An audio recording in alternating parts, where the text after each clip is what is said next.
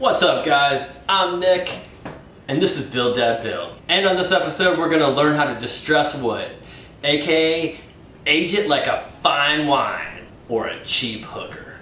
Guys, every so often the shop goddess, aka my wife, demands tribute. Part of the trade-off for me being able to be out in the shop every day working on projects is she gets to pick a project every so often. So this week we are making a DIY distressed wood picture hanger. We'll be using a couple of different products to distress the wood. So I did pick up some products from the big box store, and we're gonna make a DIY stain that you can make from household items. And this isn't prison, so you're not gonna have to mix it in the toilet. I picked up this piece of tongue and groove cedar at the big box store. It was about 13 bucks. I need to cut it into 4 2-foot sections. Now, how to cut this wood, you say? I could use a Japanese pull saw. I could use my miter saw, which is right here and already set up. But I just brought a brand new table saw, so guess what, baby? We're totally gonna gratuitously use a table saw to overcomplicate a very simple process.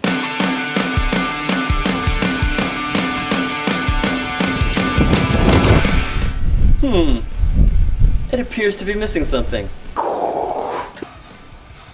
But wait. Yeah, much better.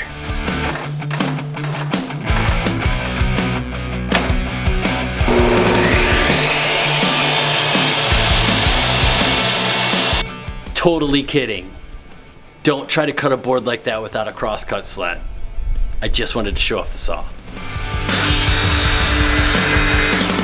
I thought by doing the tongue and groove is that once I get the boards finished, I can glue them together. And then I'm hoping that I don't have to put any sort of back piece on it to make it a little lighter so it'll hang on the wall. I'd originally planned on using a cedar fence picket, and if you do that, I mean, it's like $4, but then you're gonna have to have some sort of support on the back. These are gonna be offset, so they're gonna look something like this. When I get done with them, just to kind of give it that shiplappy look. The pieces that you cut, they don't have to be perfect. Since this is offset, I mean, if one of these boards is not the same length as the other ones, you can still, it'll still totally fine. So I wouldn't knock yourself out with the sawing of the lumber, kids. The sawing of the lumber. And next stop, Torchville. Come on, this is Build Dad Build. You knew I was gonna pull out a torch at some point in time. Either I'm smoking whiskey or I'm smoking cedar. If you wanna know how to smoke whiskey, watch this little video right here. Give it some love. It's not doing too well. So we're gonna torch the wood. We're gonna scrape the wood, give it that nice texture, and then we're gonna apply finish. Let's do this. Let's burn some stuff. Let's light some things on fire. Let's watch the whole world burn. Hey, I'm sorry. Can you not put that last piece in? Thank you. This is taking too long.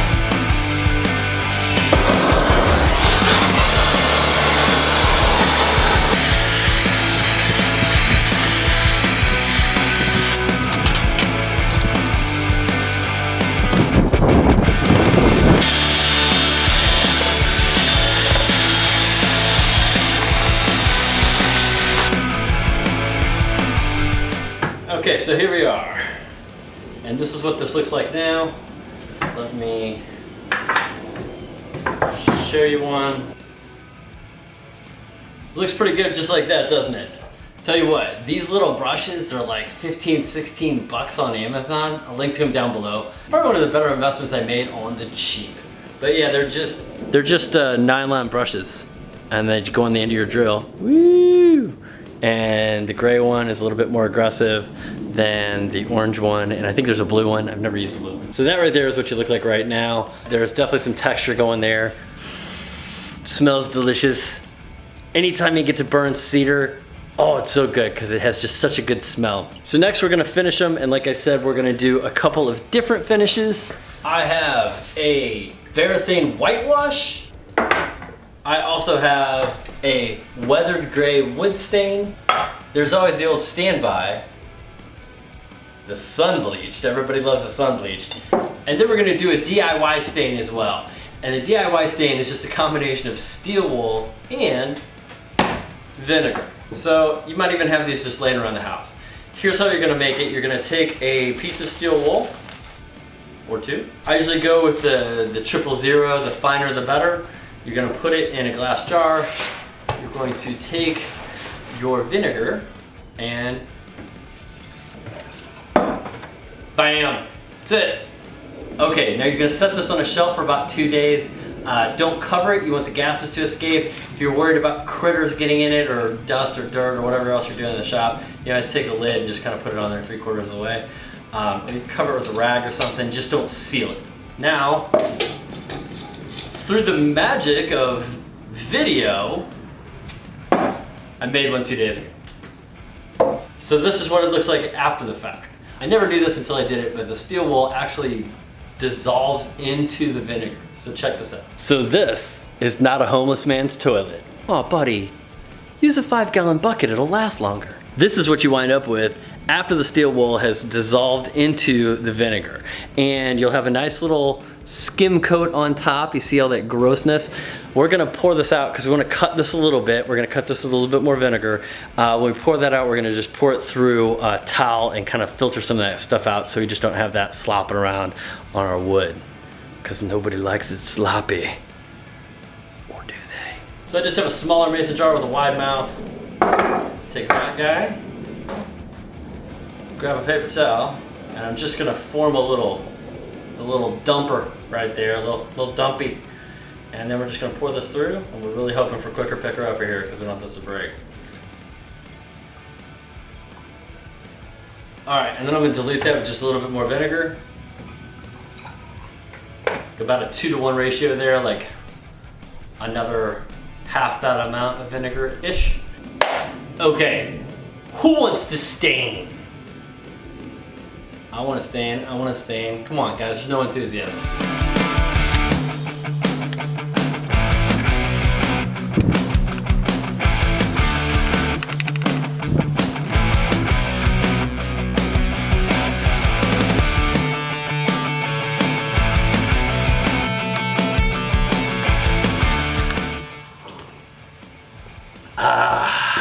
Coffee. So what's up guys? It is tomorrow, which means that you just watched yesterday. So today is tomorrow and yesterday was today. I have slept since the last time I recorded. How's that? So here are results from the finishes. I had to put these in a specific order because if you just gave me the products and told me to set them next to each one of these, I don't think I would get them right. First is the homemade vinegar steel wool mixture. And as you recall, that stuff went on really, really dark yesterday, and I was a little worried that it wasn't gonna lighten like it was supposed to. However, here it is. So as you can see, it is grayed and aged nicely. So that by itself is worth the price of admission. That is about the cheapest, easiest way you can finish a piece of wood. Get yourself a torch it, brush it off. Then all you need is vinegar, steel wool, and time. Next stop is weathered gray. This went on really gray, but it really absorbed into the wood. So this is probably the most natural looking piece now. It has a very light, shadowy gray tone to it that I don't know if it'll translate onto video, but it is there.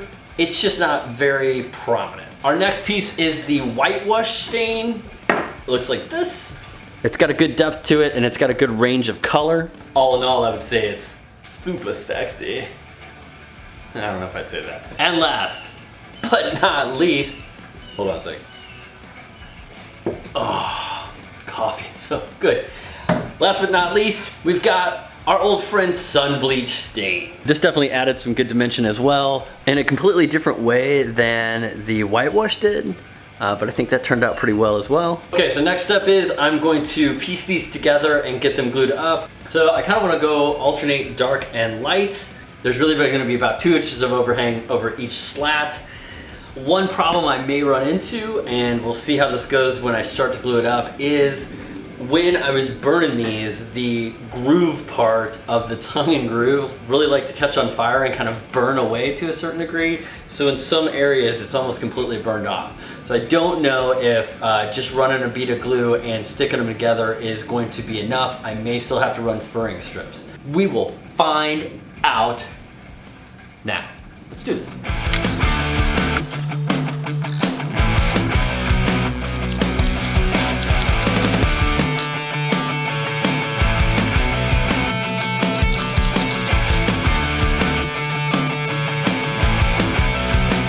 So the tongue and groove is not going to hold on its own. Went ahead and did some furring strips on the back, and then off camera I just sprayed it with a little satin poly and put me a little hangy strip on the back. Here is our end result prior to putting the clips on. So if you wanted to use this as a sign or something like that, you could stop here. But what I'm going to do is I'm going to hang some clothespins on here. Alright, so I got these measured out. I'm just going to use a little CA glue to hold these in place. They're not load bearing, so they should be fine with just the CA glue. Using a little Star Bond there. Love this stuff. Use it all the time. If you guys need to pick up some CA glue, if you go to Star Bond and use coupon code BDB 2019, I believe it's 10% off. All right. And now that those are glued on, there you go.